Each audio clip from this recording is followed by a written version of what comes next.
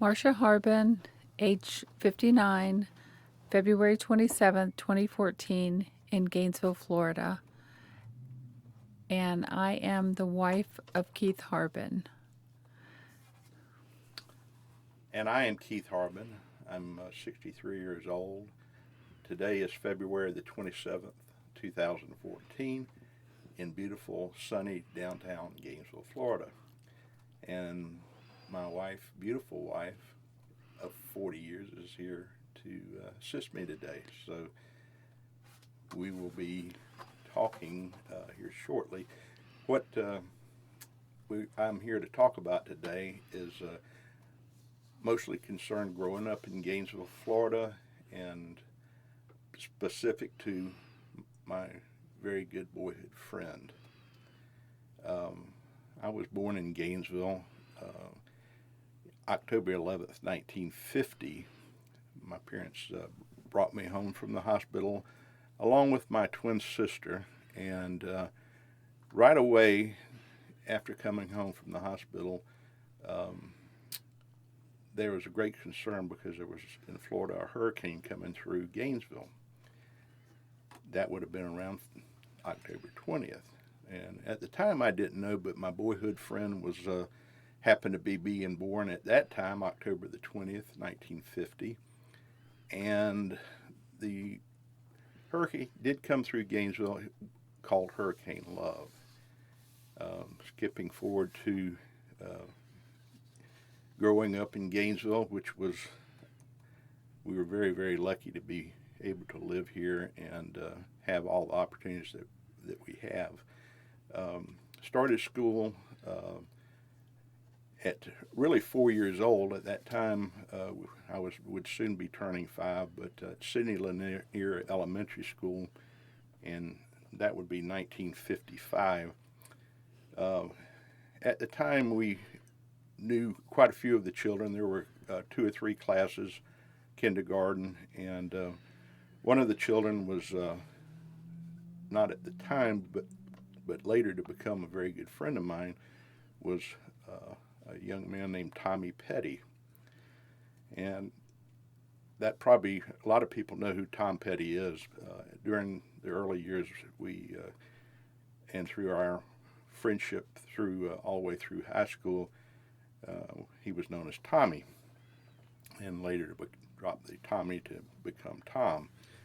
But anyway, approximately 6 years. I do remember my first meeting of Tom. I was on a walk, and he happened to be living on the same street as I. And my mother was taking my sister and I. Kathy was my sister, for a walk, and I guess his mother was doing the same thing with Tommy. And we got to talking and exchanging information. So now that we've met, we recognize each other at school. And during the school years, we would often walk to school together, and I would be invited to his birthday parties, and he would come to mine. And we lived in a really wonderful location in northeast Gainesville, and I think around that time period they built a beautiful city park, the Northeast City Park, behind my home on Northeast 6th Terrace. Now Tom just lived across 16th Avenue, just to the north of me, about 4 houses away. So as youngsters, we played. There wasn't a lot of TV back then, so we created our own games and we created our own entertainment. We often would play cowboys and Indians. That was one of our favorite things to do. We had cap pistols. I remember that both of us had Fanner 50s. That was a very popular toy back in the 50s. And we played all the time in the neighborhood and with other children in the neighborhood. He and I became really pretty great friends and companions. And he and I, one thing that we did, we actually became blood brothers. that was something that Indians would do.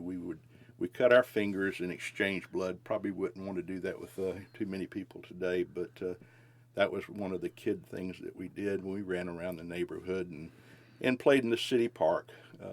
We both enjoyed playing group games of baseball, and quite a bit we would play football in the city park. And at an early age, those are the types of things that we were enjoying. We just enjoyed being outside, and of course our parents probably enjoyed us being outside. We didn't spend a whole lot of time in the homes.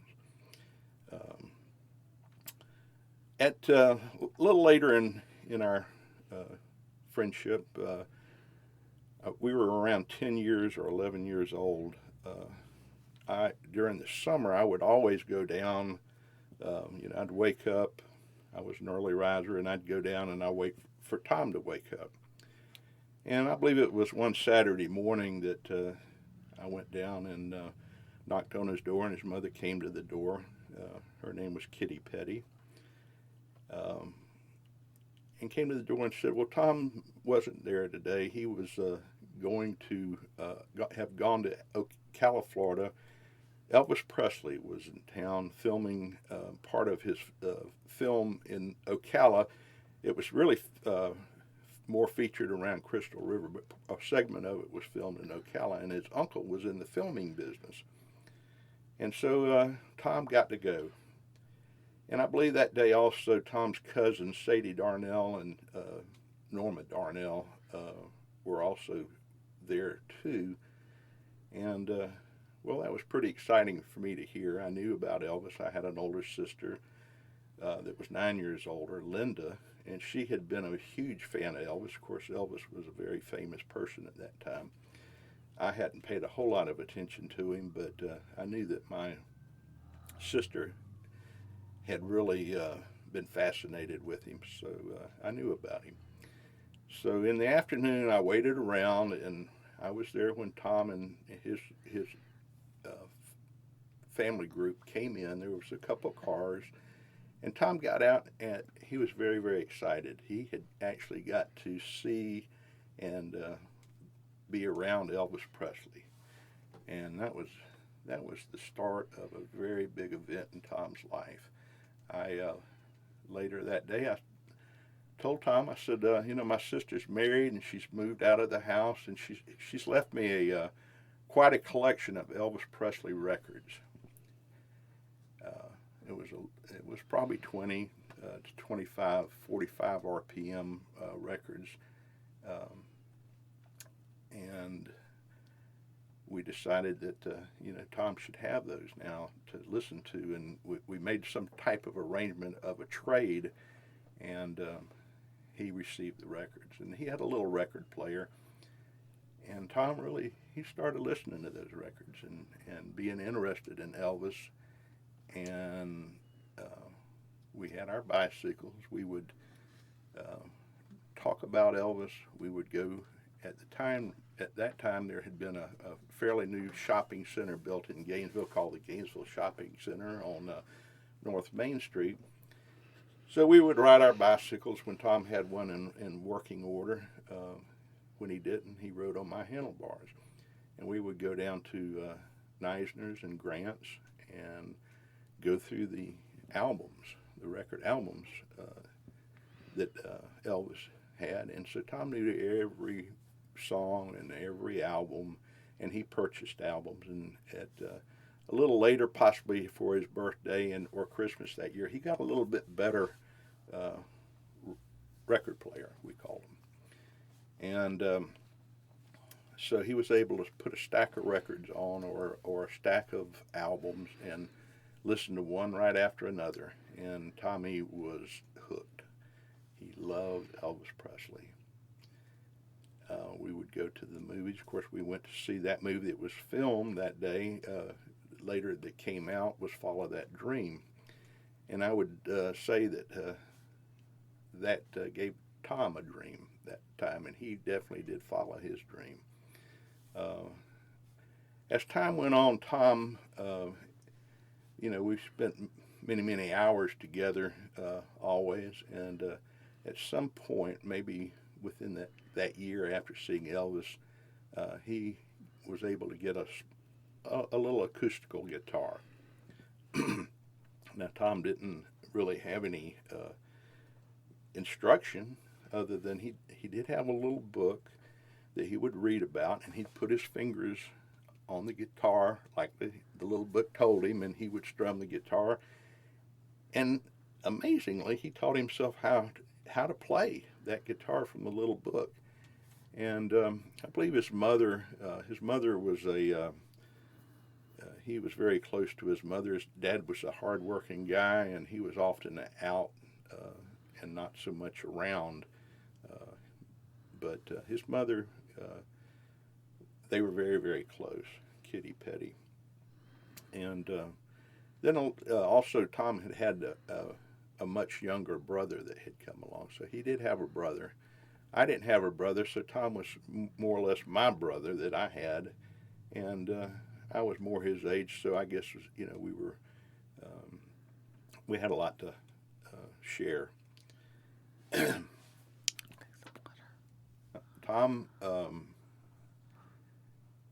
after he got his acoustical guitar and he was learning to play it, he did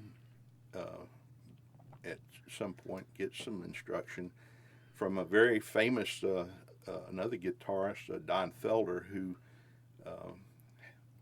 grew up in Gainesville also.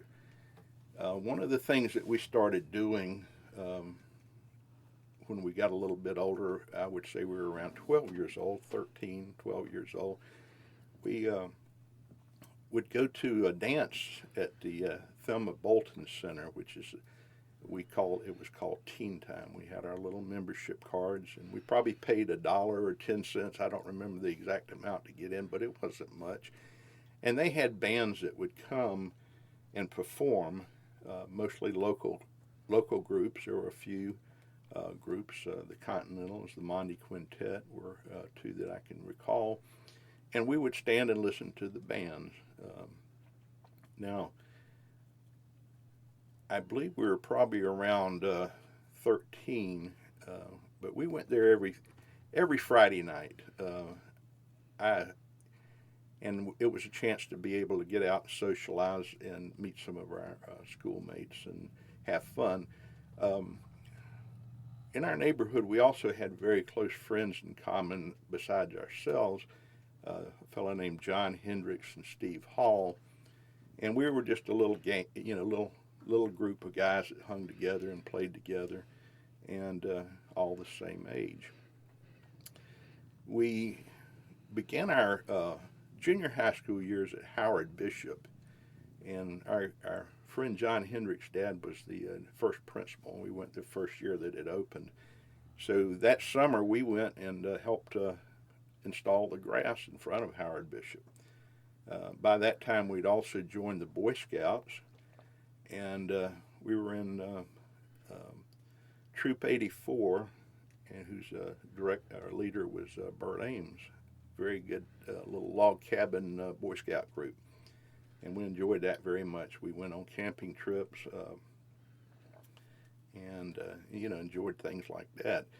We also built in the woods now on 16th Avenue where the Catholic church is.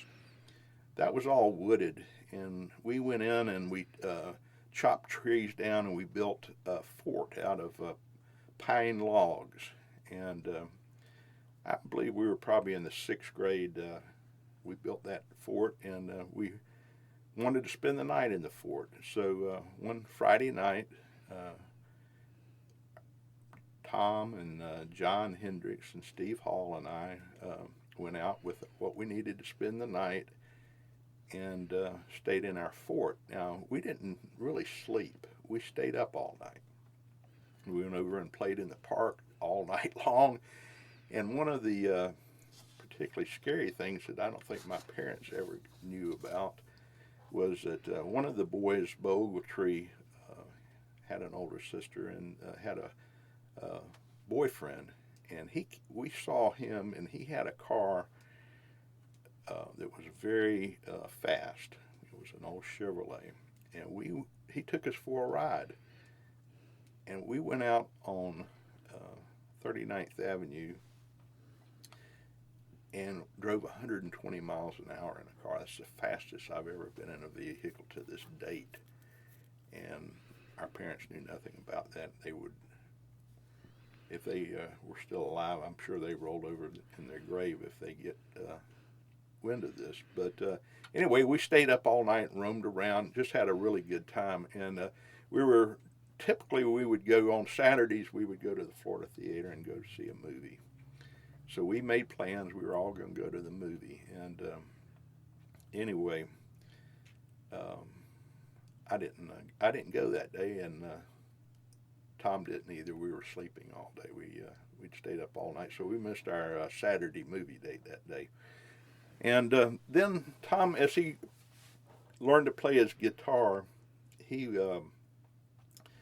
and we grew a little older, he was getting pretty good. One day I walked in, or came to his home, and went in to his home, and I remember into his bedroom, and he said, "Keith, I've written a song.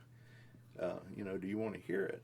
And I said, "Tom, you've written a song? You can barely play a guitar." But he had actually written a song, and accompanied it with his guitar.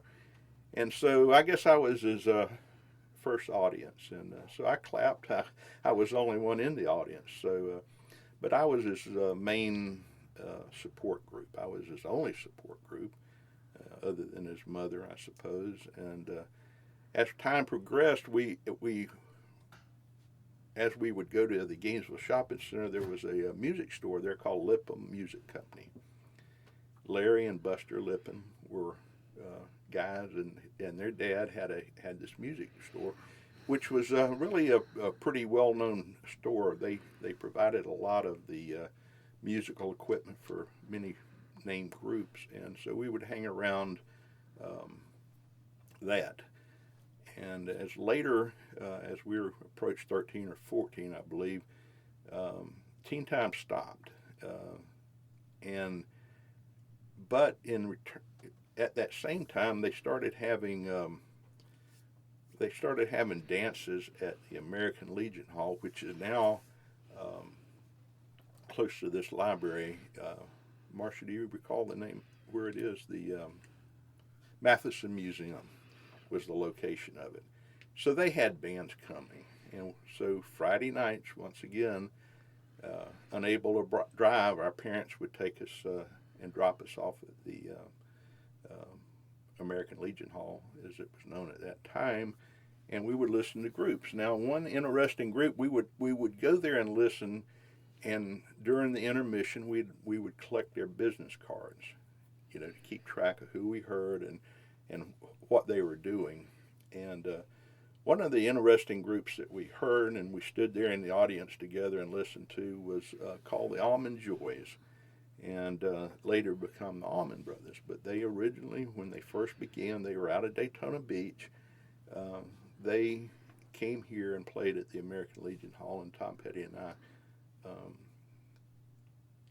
stood in the audience and listened to them. I was recently, within a few years ago, I was able to present that business card to Greg Allman. I sent word to him backstage about that I had it, and see if he was interested in knowing about it. And he invited myself and my wife Marsha backstage after the show, and we were able to have a very nice conversation from a very very nice guy. Greg Allman he was amazing. So as time progressed, and we grew older and everything, while we were still going to Teen Time, Tom, he came to my house one day, and he was very excited. He heard on, I guess he heard it on the radio, that there was a new group that was from England, and we were going to go that Friday night because we were going to hear them play a couple of their new songs that had just been released in the United States, and the name of the group was the Beatles. Now, up till this point, Tom was still infatuated with Elvis Presley.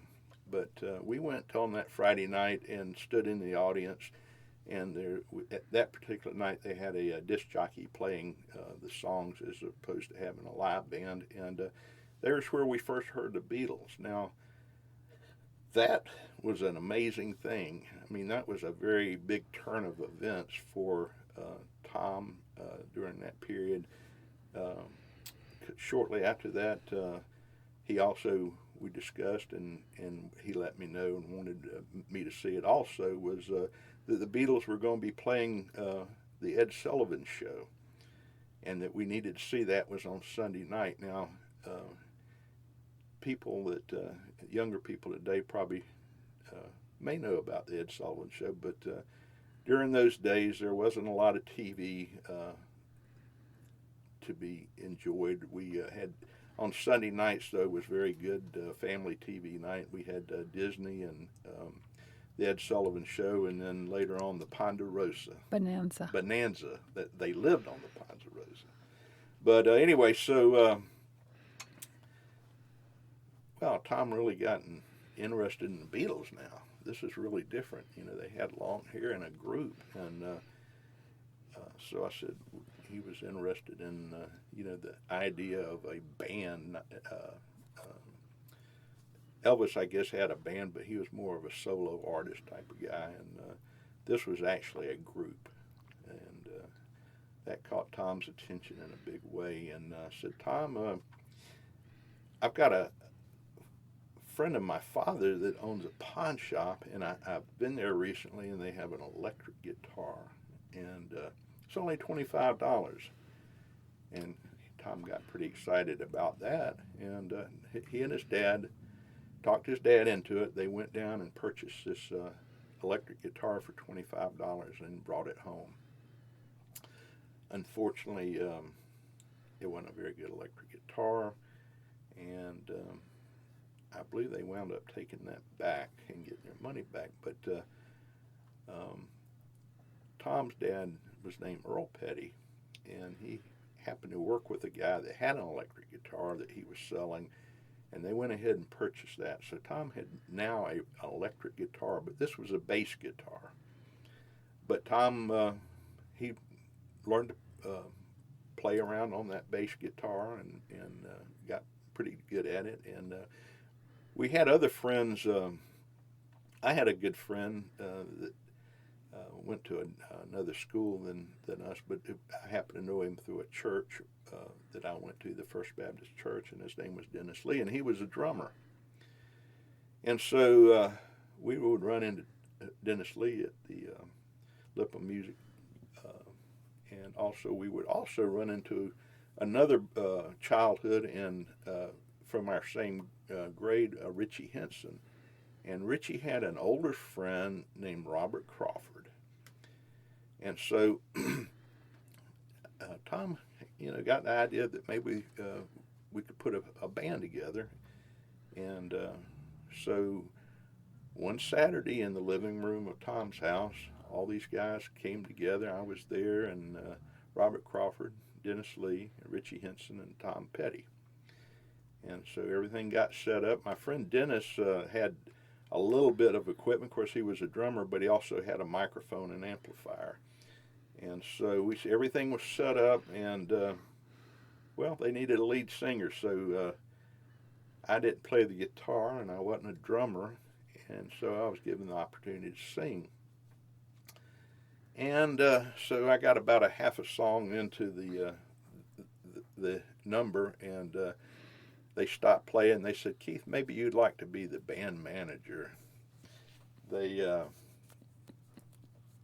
I just didn't have that musical ability as these other guys did. I never have had that, unfortunately. I would love to have some musical abilities, but that pretty much tells the story right there.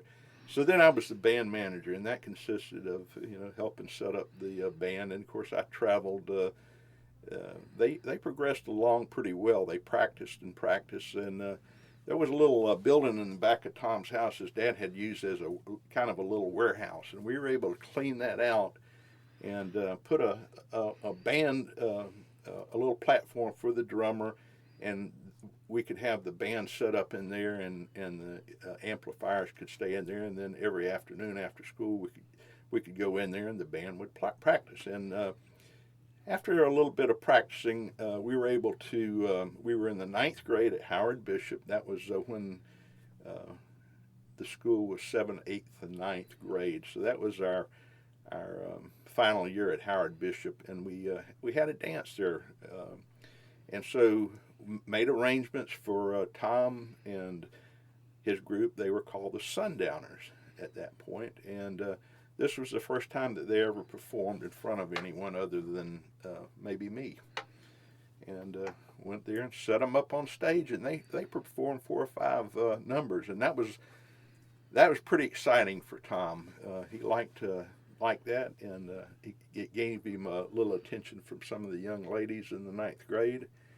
And after that school year, we were between the ninth grade and the 10th year, we wound up going to quite a few places to play. They got little jobs, that actually paid them to play.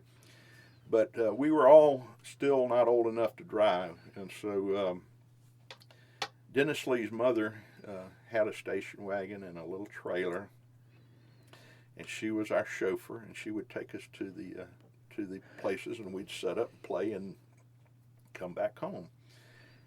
Some of the places that the band played were in Keystone Heights. There was a Keystone Beach. There was a summertime dance there, and then many other places around locally. And going into the 10th grade year, we all went to Gainesville High School, and on the weekends would play at many of the fraternity parties in the fall, and they got paid pretty well there.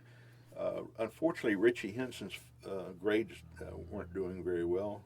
I don't guess Tom and I's were either, but his dad wanted him to get out of the band. He didn't see any future in it. But Robert Crawford stayed, and Dennis Lee. So a fellow named David Mason came into the group. Now he was a fellow that was in our class, graduating class, and our age, who was a very, very good keyboard player. He came in, and another friend of mine I brought into the group was Gary McMillan as a lead vocal. And that was probably the best that the Sundowners were during that time, but they were doing very well, and played through our 10th grade year in Gainesville High School, played many different places, and they were doing quite well until one day. It was during the day, it wasn't a night. We were playing at a fraternity house. It may have been, I just don't recall why it was during the day, but we went in, set up, and anyway, there was a disagreement between Dennis Lee and Tom Petty, and that erupted into a fist fight, and that was into Sundowners. We couldn't get them back together. They were both stubborn, both strong-willed. Tom was a very strong-willed person, and so was Dennis. But along that time, I guess we were in the 10th grade, maybe almost into the 11th grade, when Tom and I, we both got our driver's licenses, and we could drive, and we had a little more freedom. But prior to being able to drive, when we would go to the American Legion Hall, looking back, we would often go off with friends that could drive, and one of the things that we did at that young age was buy beer. So the first time that either one of us really drank anything was we would go to out with a friend. We would our first time we went to a store. Probably cost $1 to get a quart of beer, and we each bought a quart of beer for $1. And we drank that beer. Well, a quart of beer for young guys, that was pretty intoxicating, I guess. I remember that we would be pretty silly. So that's one of the things. But as we continue to go to the American Legion Hall, and we, when they weren't playing, we'd always go on Friday night and listen to the bands. And so as we got to where we could drive, I turned 16 first, and so I would drive us to the American Legion Hall. And then when he turned 16, and it was his turn, we would take turns driving, and so we would also drive to school every day. One of us I would either pick him up or he would pick me up. The one time that we drove, he had his mother had given him her Chevrolet, white Chevrolet. Well, that particular night, Tom met a young lady, and they went off in the Chevrolet and left me at the dance. He was going to come back and pick me up later. And one place that young people often went to make out, I guess, was over on the UF campus, Lake Alice, which is it's infested with alligators. It is today, but back then it was very many alligators. And so Tom has never been a great driver. He wasn't a great bicycle rider, and he wasn't a great driver. And somehow Tom managed to get himself in the car and the girl into the Lake Alice. And I was left at the American Legion Hall. I sat there. I mean, the dance was over.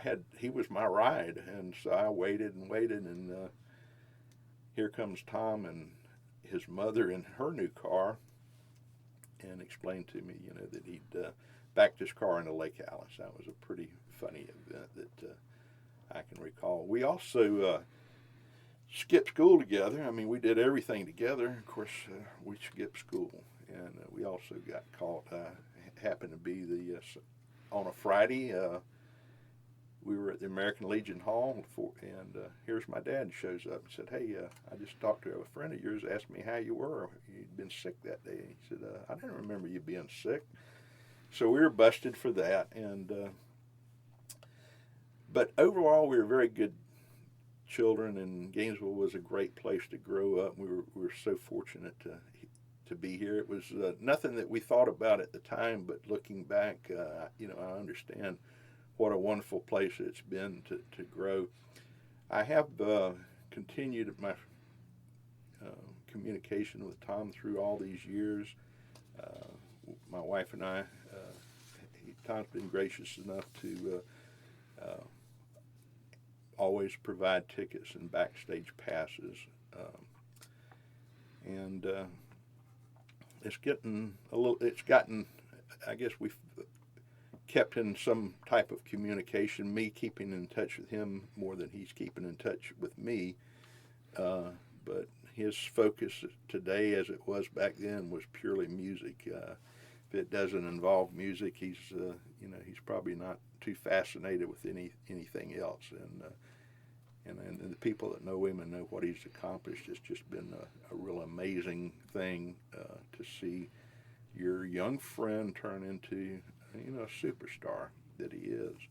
And I guess the one thing that I wanted to record this today, I'd like to have it on record for my grandchildren and my son and his family to be able to have it on record. We are getting a little older, and there'll be a time when I can't tell about it. And I hope Tom gets a copy of this. I'm going to try to send it to him, and I hope that it means something to him to listen to that and recall some things. And I guess one thing that I still have a high hope for, I still and have always wanted Tom to be a little bit more involved in Gainesville. I wish he was here more, and I've never had a chance to get in the car with him and ride around town and talk about some of these old stories. I need him to help me with my memories of growing up in Gainesville,